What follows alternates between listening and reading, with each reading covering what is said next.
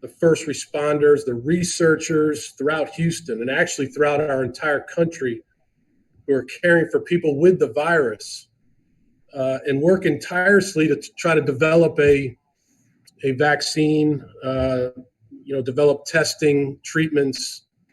It just hits home to our family, especially, with our experience here with the great medical institutions in Houston, Texas Children's, Methodist that we're so fond of and that we deal with quite a bit related to my oldest son. So I just want to, really, really say that first of all. The Zoom is a hard way to communicate, I think, but I think it's the best way we can do it right now.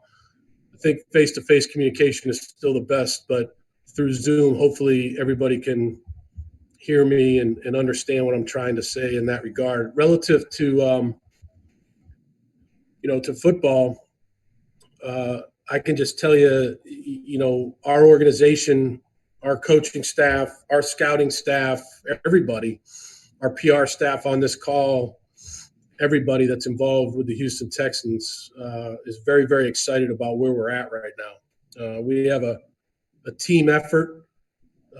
Our focus has always been and will always be about doing what's best for the team. And in order to do what's best for the team, you have to take into account many, many things. And hopefully you give me a second here, and then I'll open it up to questions. The key to having the best team is not just having the best player. We have a lot of really good players. Obviously we've got players that are Pro Bowl players. We've got players that are tremendous role players. But really the key to having the best team is to have a room full of productive players, layers and layers of productive players relative to what their roles are on the football team. I'd say contracts, injuries, and the salary cap are a part of the game as we know it. And those have to come into play in every decision we make relative to the personnel on our team. And really, after researching teams that really win in January, we've won the wild card game, but we have not gotten past that. Everybody understands that in Houston. And we're working tirelessly to get past that, to get to the ultimate goal of the Super Bowl. But after studying teams that win in January and win in February, our staff is more convicted than ever that we must be prepared to have layers upon layers of productive players who can build on the tradition that we have established here of winning the AFC South 4 out of the last 5 years, and to try to get beyond that. We know that the goal is to get beyond that, but we've studied, we've researched. I think this time has given myself and our staff a lot of time to reflect. And, obviously I know we want to be better, but I think if you look back to, let's just call it August, the end of July, last July, August, I don't think either myself or anybody involved with the Texans or even our fans would have thought that some of the moves that we made would have worked out the way they worked out. I mean, we brought Carlos Hyde in. He rushed for more than 1,000 yards for the first time in his career. We brought Jacob Martin in. He had 3 sacks, including a huge sack in the wild card game that helped us win the game. Arcavius Mingo blocked a huge punt in the playoff game. Keon Crossan, I would say, is one of the better special teams players in the NFL. Garyon Conley making plays on the ball is really, really graded highly in his games with us this year. Duke Johnson converting a 3rd and 20 in the wild card game to help us win the game. I think if we all reflect back, I think it's important that we see what was accomplished last year and where we need to go, where we need to go and what we're trying to do. I would say in conclusion of these remarks, and then I'll open it up to questions, I would say I'm really excited about our current team. We've added players upon players. If you just give me 1 second and indulge me for a second, in no specific order, we were able to sign back some really key free agents that we had on our own team, like Darren Fells and Kaimi Fairbairn and Dylan Cole and A.J. McCarron and more. Philip Gaines, role players, Vernon Hargraves, Bradley Roby. I think we've done a really good job. Yes, we did lose DJ Reader. We tried very hard to keep DJ Reader. DJ Reader is an excellent player, an even better person, and we wish him the best in Cincinnati, but it's hard to keep everybody. I would say free agent wise, we were able to add Eric Murray and Jalen Watkins and Randall Cobb. And then most recently, we made a trade for Brandon Cooks. We have two receivers there at that position now that have played in January and in February. And so, like I said, we're so excited about where we are. It's very incomplete, though. It's incomplete relative to being before the draft. I mean, we have a long way to go here in building our team, but we want to win the postseason, and we understand that. We understand what it takes to get there, and we understand in our minds what it takes to move beyond where we've been. I'd say this year we moved the furthest that we've been in the Deshaun Watson era, and we have more Pro Bowls on our team. We have more guys that have played in Super Bowls on our team. We're in a good position relative to where we're at during this time of the year. I know a lot of people are going to ask me about, obviously, probably the transaction that made the most news, DeAndre Hopkins. First and foremost, I will tell you that DeAndre Hopkins was a great player in Houston, made a ton of plays for us, and just did a great job. I mean, he obviously the production is there, and everybody knows what that production is. I'd say with 3 years left on his contract, his representatives, himself, myself, and our team of people, we spoke, and we felt like, relative to what I said earlier, salary cap, future, our team being able to provide our team with more and more role players, layers of players, it was in the best interest of our team to move DeAndre to Arizona. We feel like we made a really good deal with Arizona. We're so excited about having David Johnson on board here. We've got the 40th pick next week in the draft. We're really excited about that. And we wish DeAndre the best. DeAndre is a great football player, and he'll do well in Arizona. We wish him the best in Arizona. With that, I'll open it up to questions. Okay. Coach, if you can just scoot back maybe just a tiny bit going forward, that would be helpful. And John McClain, you're unmuted and you're up. Bill, you say numerous times about you make moves in the best interest of the team. How is your team better without Hopkins? How is the offense better without Hopkins? And how are you going to replace him? Yeah, I don't think you replace Hopkins. I think that every year is different. I think that this year's offense will be totally different than last year's offense or the year before's offense. I mean, I think that Timmy Kelly and myself are doing a lot of Zoom meetings with our offensive staff. We're thinking about who we have on our team right now. We feel really good about where we are offensively right now with our personnel and what we're going to be able to do. Feel like our offensive line at the tackle position, at the center position, at the guard position is in good shape. Our tight end position is very strong. Our wide receiver position is, we have 4 or 5, 6 wide receivers that are going to be battling, and whenever we're able to get back to practice. But we feel good about our offense, John. We feel good about where it's at. Again, we've got to go out there and produce, but we've got a lot of players on offense. Aaron Reese, you're up. Hey, Bill. Every time it seems like a running back gets paid, there's kind of a discourse over or discussion of whether the analytics line up with that decision. And I wonder, someone who obviously has traded for Carlos Hyde, traded for Duke Johnson, traded for David Johnson, do you think something gets lost in that discussion of like running backs are all replaceable, or that there's not a need to invest heavily in the position? I think it's a good question, Aaron. I think that one thing when you look at the trade with Arizona, and when you're involving a guy that like DeAndre, who's a great player, who they're going to have to adjust his contract in Arizona. I think you'll see that whenever that ends up happening. You're going to buy the 40th pick also. I think at the end of the day, there's going to be some player on their roster that you really like that is due some money in 2020 that you're going to take on to your team in addition to the 40th pick. And I think when you look at David Johnson, he's a 3-down back who's had some really productive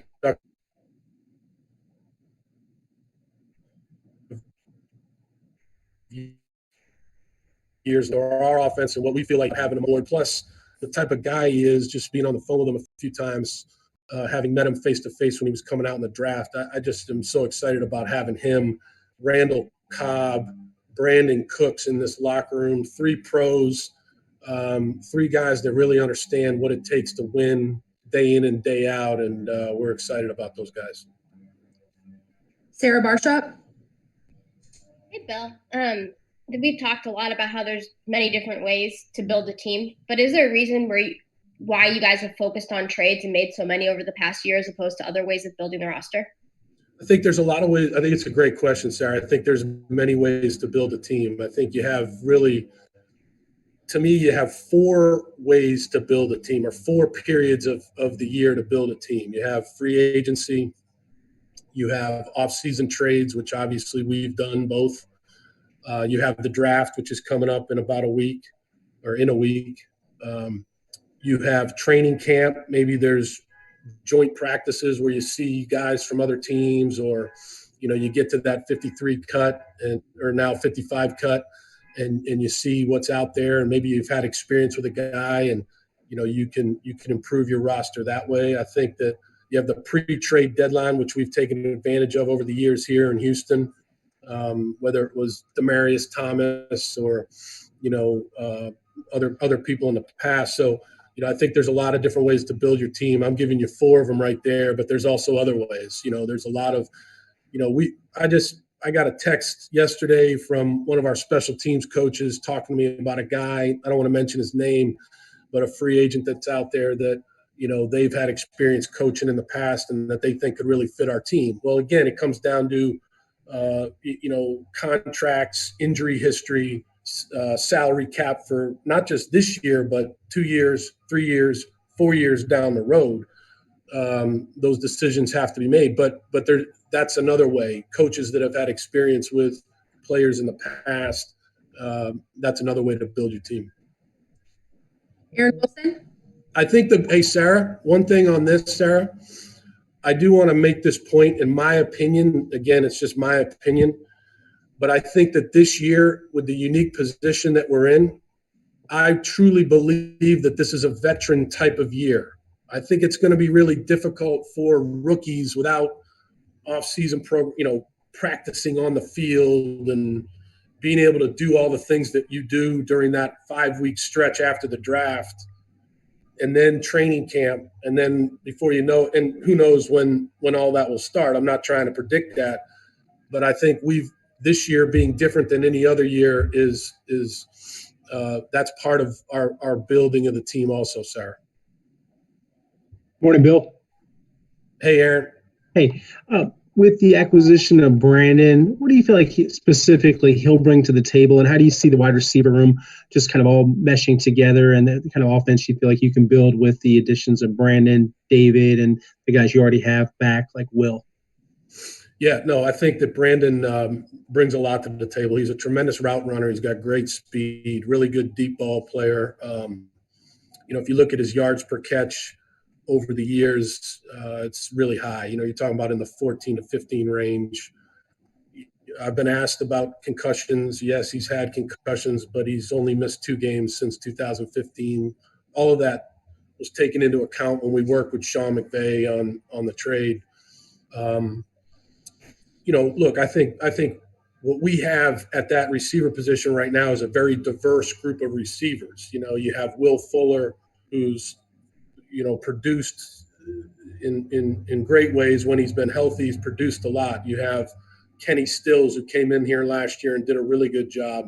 Now you add Brandon Cooks, Randall Cobb. You've got Kiki Kuti. You've got some guys there, DeAndre Carter, who we were able to bring back. You've got some guys there that I think will show the fans and really everybody that we have a very diverse group of wide receivers that we're really excited about, being able to get to work with. Christy Regan. Hi. What do you think is your biggest need as you enter this year's draft? I think it's a good question, Christy. I think that, I think there's a lot of things we have to look at. Look, I feel good about our defensive line, but when you lose a player like DJ Reader, you've got to think about, you're not going to be able to replace DJ Reader, but because he was such an excellent player for what his skill set, what he brought to the table. I'm on my back patio, so things are blowing around. I'm sorry about that. But so, I think that that's a hey, hold on one second.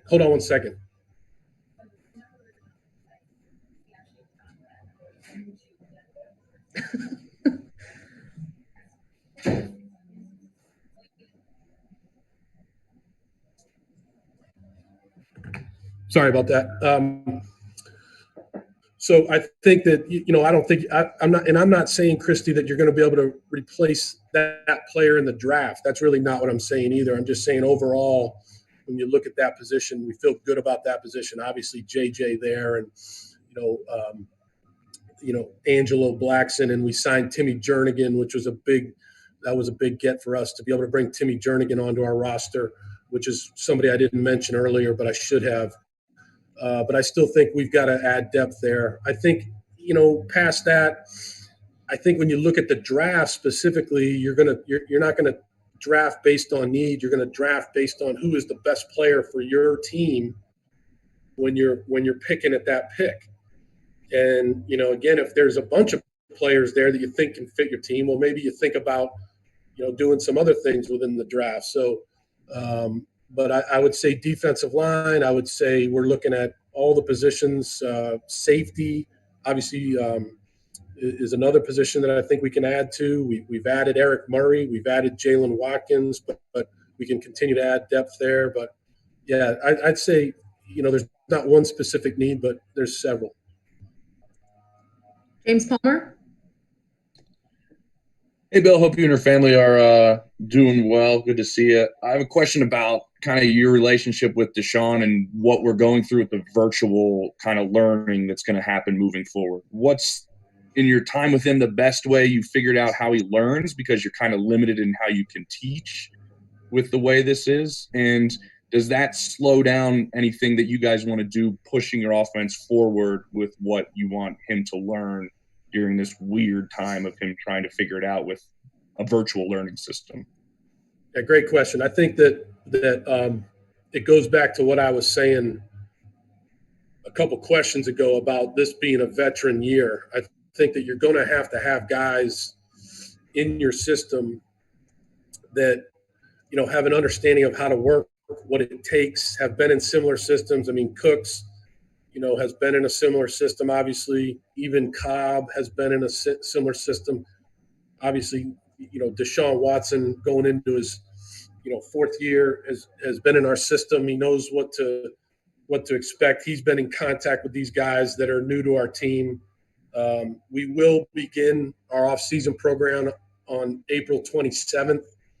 The NFL gave us a memo this week about either starting April 20th or April 27th and using some weeks there up till May 15th. So we're going to use the 27th through the 15th, and we're going to have Zoom meetings and Discord meetings. Discord, we can show film. Zoom, we wouldn't be able to show film, but Discord, we can show film. And, we're having a staff meeting about that early next week about how we're going to do that. But I feel good about those guys, learning, seeing, because you can still have, you can see, you can teach, you can show film. If you want to get up on the board and draw something, or if Deshaun has a question, we'll send him a chalkboard. He can, hey, what about this, and draw it up on the board, or, whatever it takes until we can get back together. That's really the approach that we'll take, relative to what the rules are. We'll do what's best for everybody, but we'll, obviously obey the rules of what the rules are. But we've got all that mapped out, and it's going to be different, but we're looking forward to seeing everybody in a little bit here. Greg Bailey. Bill, good morning. In these very interesting times with challenges, how were you able to assure yourself and the organization that David Johnson's injury history would not be an issue here? What kind of steps were you able to take there, and what assurances did you leave with? Well, number one is, I would say I have I've known Steve Keim for a lot of years. Steve's a Pennsylvania guy. When I was at Penn State, he and I got to know each other, and obviously being in the NFL.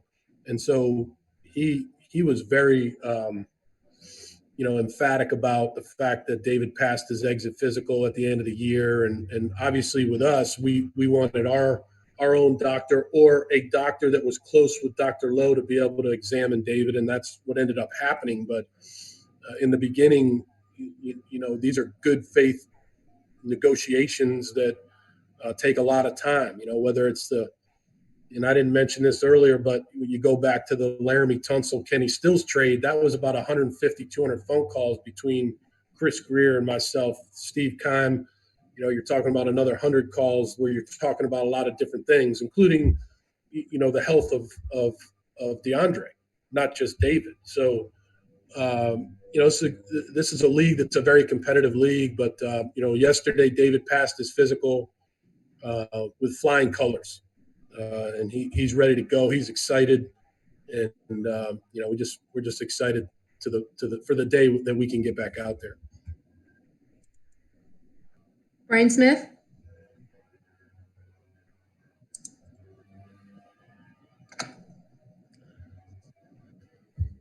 All right.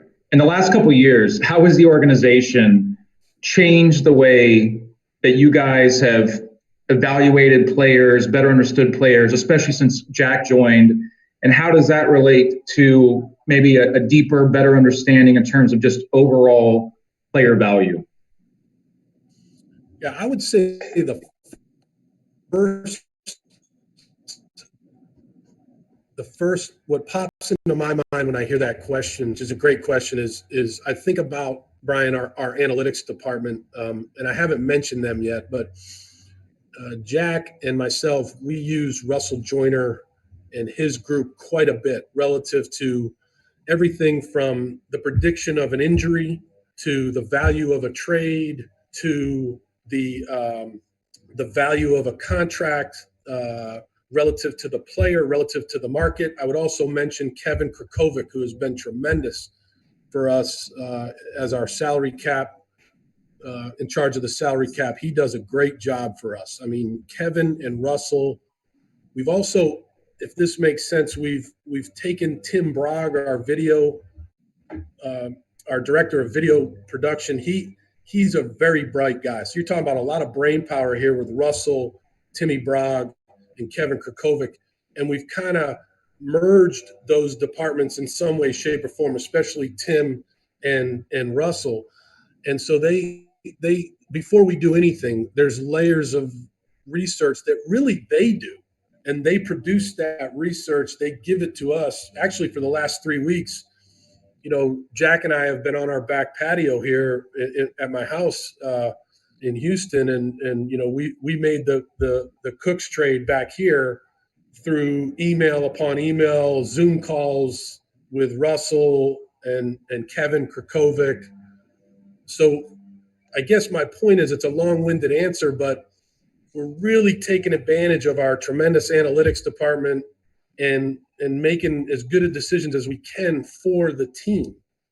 And sometimes for the fans, that's hard, because I get it. You see a guy like DeAndre Hopkins who's not here anymore. I understand that. DeAndre is a great football player. But that decision relative to our team, we felt was in the best interest of our team, not just for next year, but moving into the future, which is what I was saying earlier. But I have to give those guys a ton of credit. And that's the one thing I do want to make clear to everybody there, especially in Houston, is that we have a great team of people. I've said that before. Jack and I, we're running the football side of things, and Jamie Roots runs the business side, and Cal McNair runs the whole show. But on the football side, we have just a tremendous team of people. Yeah, here's your public relations department right here. Amy Palsick, I see Allie on there, Omar, also, Mike Parson in equipment, Tim Bragg in video, Lad Harris, Mike Eubanks, Jeff Kaplan, Roland Ramirez, Kevin Krakovic, Russell Joyner, Brent Nakara. I mean, you're talking about a great team of people with a lot of brain power that are helping us make really good decisions for the team. So hopefully, you guys can write a lot about them. Vanessa, you're up. Yeah, I talked to Justin Reed earlier this week about how he's kind of he's had to get creative, quite frankly, to stay in shape. And that's the position that a lot of guys are in. As far as y'all's strength and conditioning goes, are you sending players workouts? Are you guys checking in on them? Or is it just kind of up to them to stay in shape as NFL players? I think that it's a very unique time, Vanessa, like you're saying. And I think that one thing that we do is that Mike Eubanks stays in great touch with these guys. And so they FaceTime. I think as far as directing them and doing things like that, it's hard, especially for the guys that don't live in Houston. But for the guys that do stay in Houston, Nick Martin, he's got a garage weight room. He's got some guy. I think they're obeying social distancing during this time right now. But he's got some equipment over there.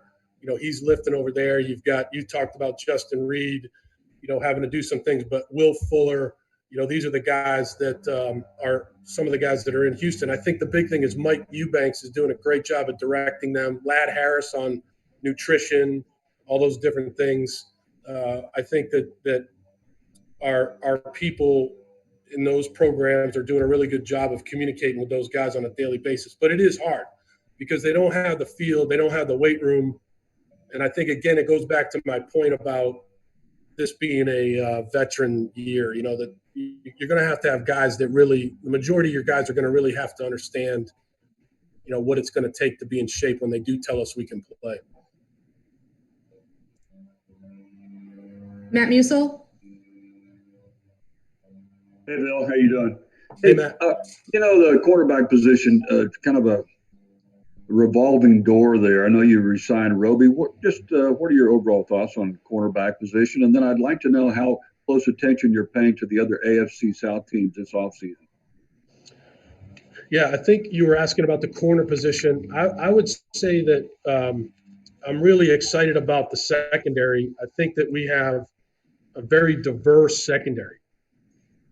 So one of the things about Bradley Roby is the versatility that he brings, the ability to play outside, play inside, to play a lot of different positions, play man-to-man, play zone. Obviously, last year traded for Garyon Conley. Really excited about him next year. Lonnie Johnson, he's another guy. When you ask about off-field workouts and things, he's doing a great job of working out and staying in touch with Mike Eubanks. Expecting big things out of him. Keon Crossan, talked about him earlier. Vernon Hargraves, we were able to get back in free agency. Philip Gaines, we were able to get back. All these guys are very versatile players. Then if you look at the safety position, Justin Reed, Eric Murray, Jalen Watkins, A.J. Moore, just a real diverse group of guys that can, Eric Murray played corner. Jalen Watkins has played nickel. They're not just safeties. And yes, relative to the AFC South, we definitely pay attention. We have to. I mean, the division is very important. We got great teams in the division. Obviously, Tennessee, Indianapolis, and Jacksonville are all doing things to try to improve their team. Obviously, very tough division. Great coaches, great players, and we try to keep track as best we can. Randy McIlvoy? Hey, Bill. How are you? Hey, Randy. Quick question on the challenges you and the staff have faced. I know you saw some of these draft prospects at the Combine, but now that the in-persons were eliminated and you had to deal with Zoom interviews, so on and so forth, just the final evaluations on some potential draftees, what kind of challenges did that pose going that direction here in recent weeks? And we've done a lot of it's a lot more FaceTime than in the past. We have FaceTimed a lot of guys. We have, we've called a lot of different players. We've studied a lot of film, like obviously separately, but then we've been able to come together on Zoom calls and be able to communicate about what we see with players on film. I think we've done a good job. Again, I've got to say this again is when you have our, Tim Bragg and Russell Joyner and, these guys are setting us up with these Zoom meetings and Discord meetings and all those things. I mean, that's a valuable resource for us in our organization. So, look, there's been challenges, but we've been able to do a lot of good things to be ready for the draft. I would say on the back patio here, we practice social distancing, but Matt Bazergan and Jack Easterby, they come over a lot. We stay 10 feet apart, but we were able to have some meetings there and about the draft. We feel very good about our preparation for the draft. Brandon Scott.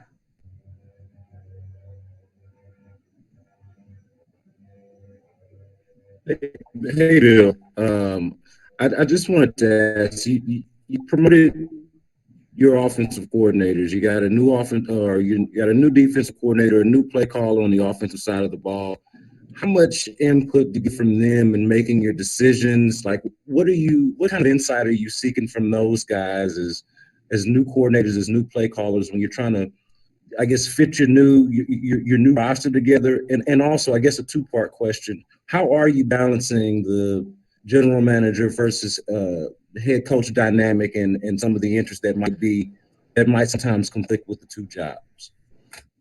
So the coordinators, Tim Kelly and Anthony Weaver, and then Brad Seeley, they've done a great job. They've just yesterday they all sent me their rankings by position for the draft. They've had their own Discord Zoom meetings with their staff, especially offense and defense.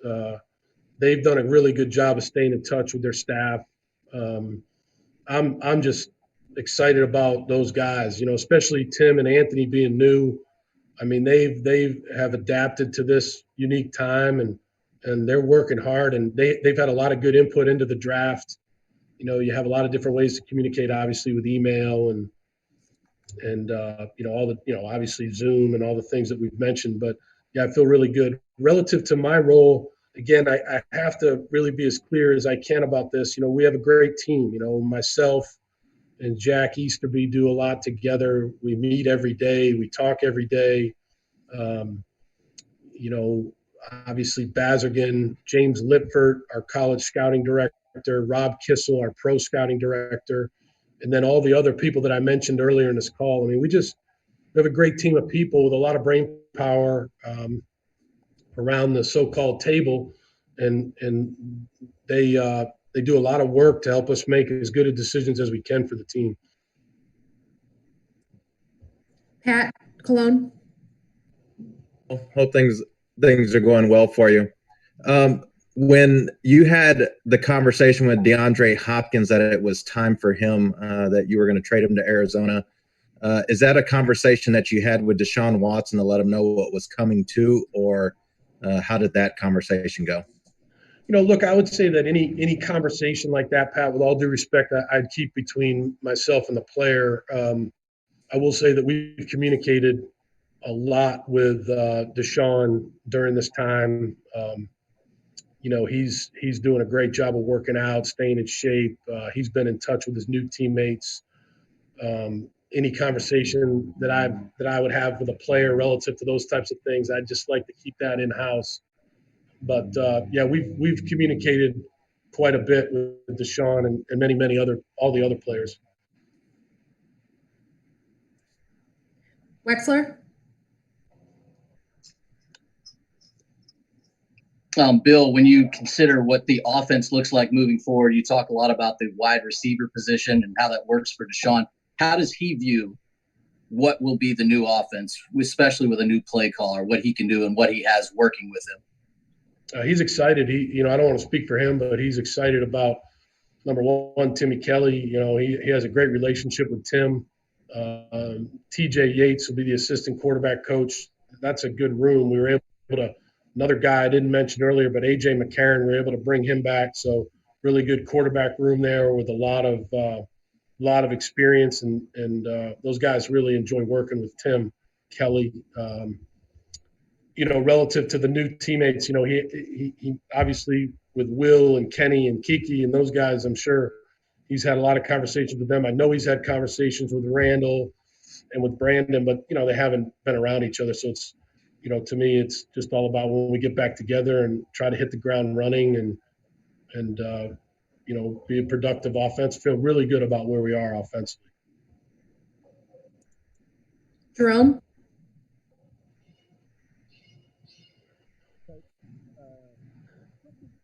I think he's muted. Jerome, we can't hear you. You're unmuted, but.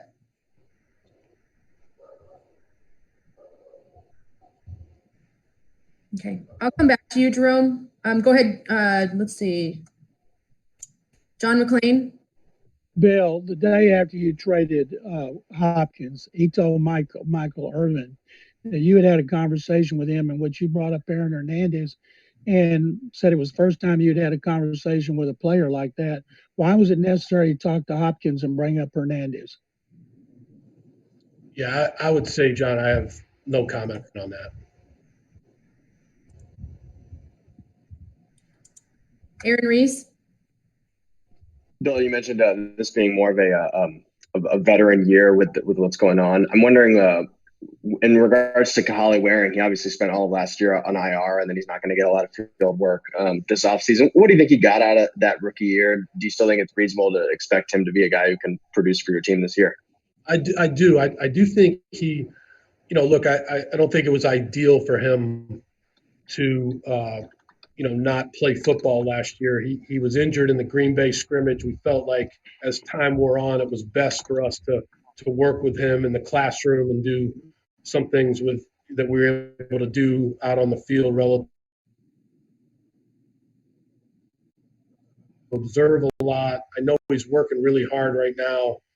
He's in between Houston and the West Coast, and I'm excited about Kahale's future. I really like Kahale. I think he's a hardworking guy, and I think he's got a lot of talent, and I think he's going to be a really good player for us. Christy? What has been the most challenging part, do you think, of not being able to be at the stadium and not being able to do things the way you normally do?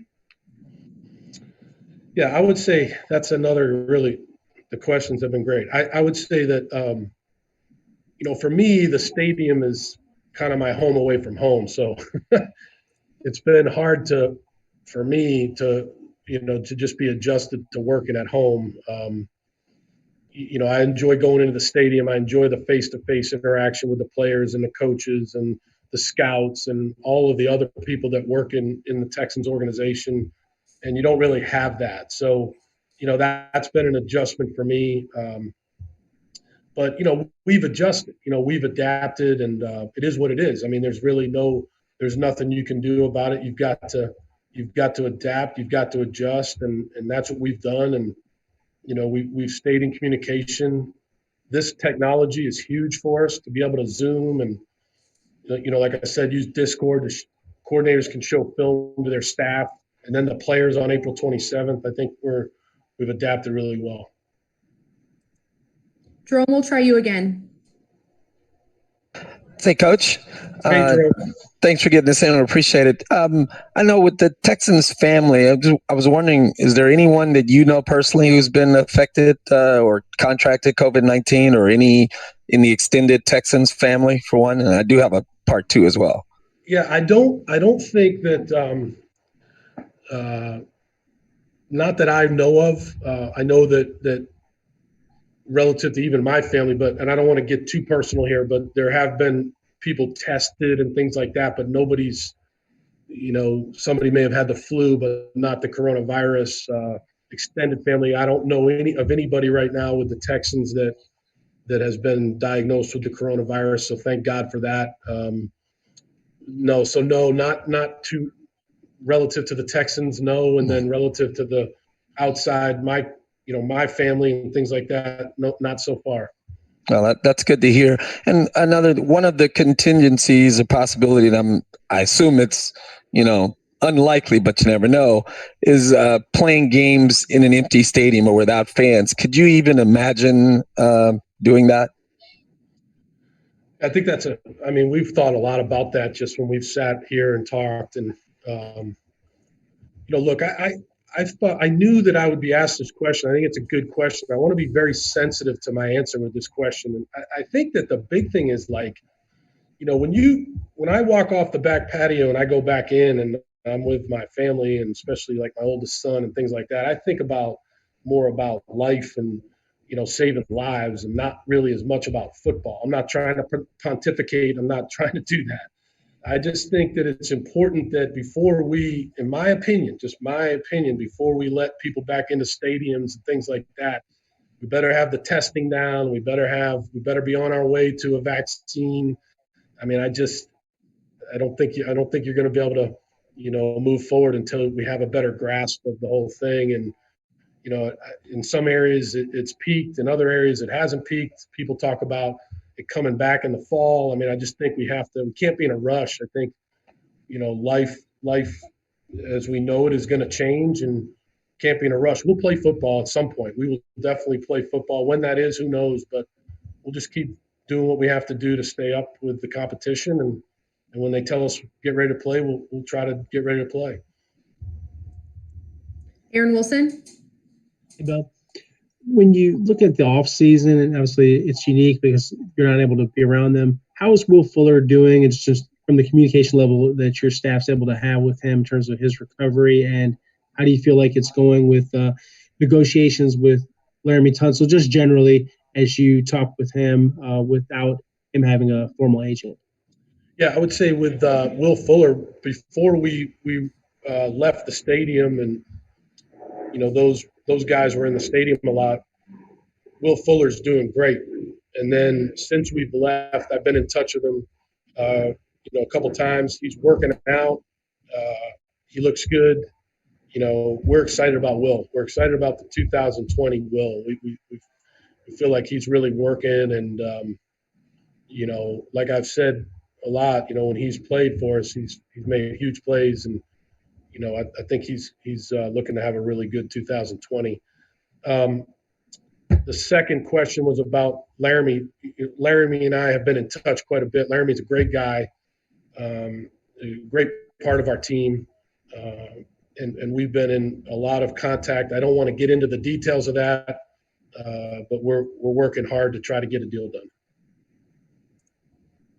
Coach, are you okay if we go another 5 minutes? Whatever they want. Okay. Stephanie Stradley, you're up. Yeah, earlier in the conversation, you talked about how the deal for Hopkins was a really good deal. But when you look at players with, a lot of the things that fans were concerned about is when you looked at deals of very productive players like DeAndre Hopkins, sometimes often those players have gotten first round picks in return. And then there was some understanding that before the David Johnson trade that they might have to actually give away a pick just to get rid of his contract. And so I think, for some people, their concern about that trade isn't just getting rid of a productive player that stayed on the field. Their concern is what the value of that particular trade was. And could you talk about that valuation? Anytime you make a trade, each trade is unique unto itself. So when you're trading a player like DeAndre Hopkins, who has 3 years left on his deal, and you're trying to find a trade partner, you're not talking to 31 other teams. So you're finding it, and I'm not going to get into all the details of this, but you're finding a trade partner, number one, that's going to be able to pay DeAndre Hopkins. And so, that was a big part of it. Once we found that team that could afford DeAndre Hopkins in the future, now we then began to negotiate with what the value of the trade was. So we feel very, very good about being able to get the 40th pick, being able to get the David Johnson. We feel really good about when we looked at the analytics of it based on the production that was leaving our team and the production that we were bringing in, and then what we were able to do. Again, it's very incomplete, and we have several roster moves left to go, including a draft and all the other things that I mentioned earlier. So we feel very good about the value that we got for the trade. And I think, Stephanie, the best thing I can tell the fans is to please, because I know the media's job is to evaluate right away. I get that. I have a lot of respect for the media. I've always said that. But I think we have to let it all play out. Let it play out. Let the whole thing play out, whether it's that trade or anything else that we've done. I would say let's review it, a year from now, 2 years from now, 3 years from now. Let's let it all play out. Kim Davis. There we go. Hi, Coach. I have a question. You talked about the receivers, and one of the concerns in the past, obviously, has been the health of like a Will Fuller, and then of course with Brandon coming in. Are you guys doing anything special to try to help? Because you've always said a player's availability is a huge part of their work. So, is there a special plan to make sure that your receiving core, who's been a little banged up over the history of them, can be healthy this season? We do. We each year the plan changes, right, relative to what the injuries on your team are. This year we have a few guys, whether it's Will Fuller or Titus Howard or Dylan Cole, and we have been in great communication with them. Roland Ramirez, our trainer, Dr. Lowe, our team doctor, a lot of FaceTime, a lot of Zoom, being able to watch their rehab, being able to watch what they do, and being able to coach them up on what they're doing. I think we're doing a really good job of that. I think we've adapted really well to making sure that when we are able to come back and play football, that those guys will be ready to go. John McClain. Bill, without being able to have your doctors examine Brandon Cooks, he's had documented concussions. Why were you not worried about it? And also, if he had concussions, how did he only miss 2 games? And how important is it to have the speed with Cooks along with Stills and Fuller? Yeah, without getting too much into who did the physical on Brandon, but it was a doctor that we felt really good about, that Dr. Lowe had a personal friendship with, and that's kind of how it goes during this unique time. I mean, when there's no traveling and no things like, that physical had to take place in LA, and we were able to have a doctor out there that did a great job. We also spoke with other doctors relative to Brandon and his injuries. Not to get into the detail, we feel really good about where Brandon's at, and relative to his health, and we really can't wait to start coaching him. Again, like I said to Stephanie, look, these things all have to play out. They do. We understand that. We've put a lot of research into these things, put a lot of work into them, a lot of layers of research, and they all have to play out. Hopefully they play out well. We believe they will. Sarah Barshop. Hey, Bill. DeAndre Hopkins isn't the first player to ever ask for a raise. What was so different about the situation with him that you felt compelled to trade him? Yeah, I would say, again, going back to my original, what I talked about originally relative to contracts, injuries, the salary cap as a part of the game as we know it right now, relative to the future of our team next year, 2 years, 3 years down the road. It was going to be very, very difficult, Sarah, to have, an elite quarterback, an elite defensive end, an elite left tackle, and other players, and be able to do that. And so we felt like, again, after research and layers of research, that the best decision for our team was to move him to Arizona, and that's what we decided to do. And again, each deal that comes up like that, like you said, is very unique. He's not the first player to ask for a raise, and he won't be the last. And that's not, anything that has to do with why we moved him. We moved him because we felt like that was the best deal for our team relative to this year, next year, 2 years, 3 years down the road. We're going to take 2 more, guys, because we've been going for 52 minutes now, so we'll try to wrap this up. James Palmer. Phil, as you prepare for the draft, it's a week away. What in your mind is your biggest concern about how it's going to go down, that something may go wrong, or as you go through these practices that you're doing it virtually, what's the biggest concern of doing it this way so far in your mind? I don't know. I don't know if I would call it a concern, James. I would say just making sure that that your cell phone works. If a team is trying to call you or you're trying to call a team, making sure you have the ability to contact another team, or they have the ability to contact you. I'm not concerned about the NFL, the technology, and all. They're putting a lot of work into that. We're going to have a mock draft early next week, so each team will be able to kind of walk through it, rehearse it. So I'm not concerned about that. I would just say, if anything, it's just being able to make sure we all have to be separate. So just making sure that we can all get in touch. Sometimes cell phones, don't work all the time in certain areas. All right, we'll end it with Aaron Wilson.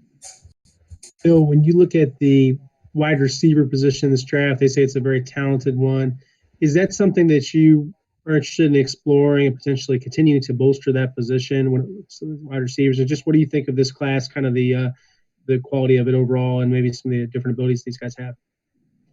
Yeah, I mean, I would agree that there's a good amount of diverse wide receivers. You've got guys that can play on the outside, guys that can play on the inside, guys that return kicks, guys that can run, guys that are really good route runners. There's some good receivers, but I think it's very, very difficult. And again, we've evaluated all these receivers, and we may draft a receiver. Who knows? Whatever we think at that pick is best for our team, that's what we're going to do. I do think it's very difficult for a receiver to come in as a rookie and play right away, especially in a unique time like this. That's my experience. Even with a full rookie mini camp, training camp, the whole thing, it's very difficult for rookie wide receivers to play. It's a whole different ballgame. Press coverage, different coverages, different types of corners that you have to learn to play against.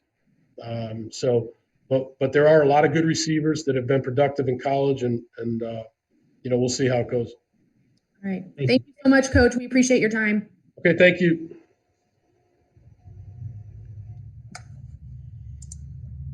Hey, guys, I wanted to let you guys know we're going to